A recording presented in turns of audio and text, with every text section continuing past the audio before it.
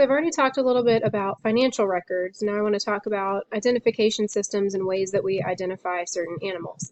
Because if you look out into a pasture and you see a giant herd of, I don't know, 25, 30 head of Angus cattle and they're all solid black, from a distance it would be very difficult to tell them apart.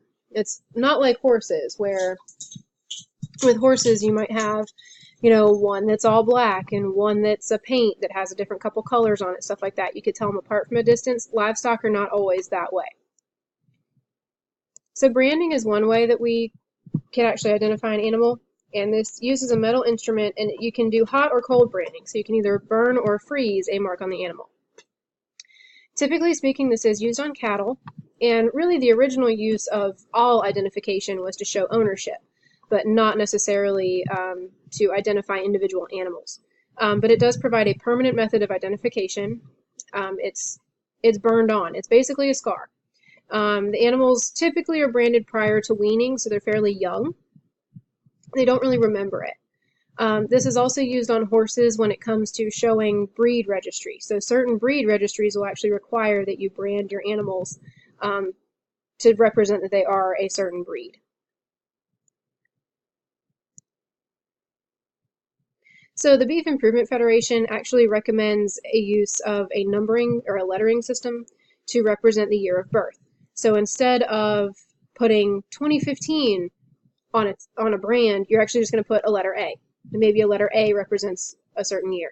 And really this reduces the number of items that are actually branded onto the animal. It also provides uniformity for all breeds. So the thing with this is you would have, let's just say 2015 is A, and 2016 is represented with a B, 2017 is represented with a C.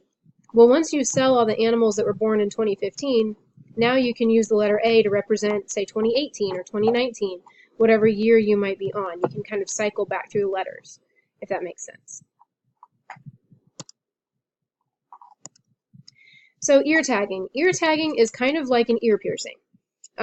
You basically just use special pliers to attach these little plastic tags with numbers on them to the ears of an animal. Typically it's used on cattle and goats.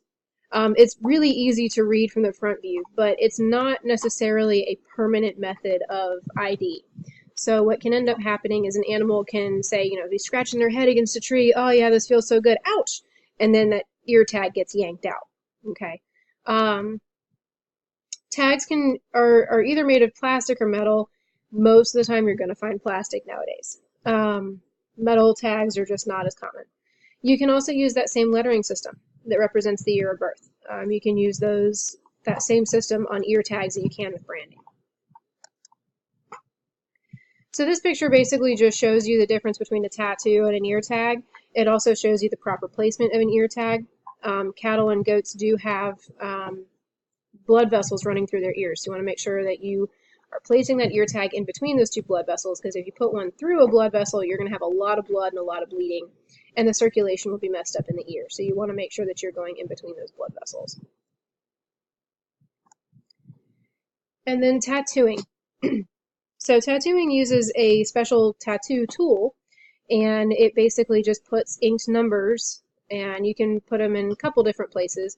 Places that are easy to reach are the ears, the lips. There are some other locations you can use, but ears and lips are the main two places you're going to find tattoos. Typically you use these on cattle and rabbits. Back in the day, well, not so much back in the day, there are still horses around with lip tattoos. The Jockey Club actually used tattoos to identify their racehorses a lot of times. So some off-the-track thoroughbreds that are no longer racing, you can actually lift their lip up and you can see where they were tattooed. It is permanent. It is a very simple process. It's not like getting a human tattoo. Very different. And it's relatively painless, in all seriousness. It's not very painful to actually do it. It uses that same lettering system like we talked about with branding and ear tagging for that year of birth. But it can be more difficult to read than other systems. So here, the picture on the right basically shows you the difference between an ear tag and a tattoo. Okay, so this is on an actual animal, and I realize the picture's in black and white. If it wasn't in black and white, it might be a little bit easier to read that tattoo. But you can see B453 And then the tattoo actually says B453 as well. But if you're looking at it from a distance, it would be a lot easier to read that ear tag than it would that tattoo. Now over on the left, you have all the tools that you need to actually tattoo an animal. So the little pliers there on the right are called tattoo pliers. And what you do is you actually fit the little tattoo numbers into those pliers. You'll take some ink, you'll place the ink directly onto the skin of the ear. Then you'll clamp those tattoo pliers down over top of that ink, and that's what actually sets the ink into the skin. And then you can rub some more ink over it when you're done with that, and that kind of helps really solidify it in there, and then just kind of wipe off the excess, and you're kind of good to go that way. It is a very simple process to do, and really it's pretty painless for the animal, all things considered. Ear tagging and ear tattooing are pretty simple, and they're pretty painless. Ear notching, I'm going to spend some time on. We're going to cover that in the next video.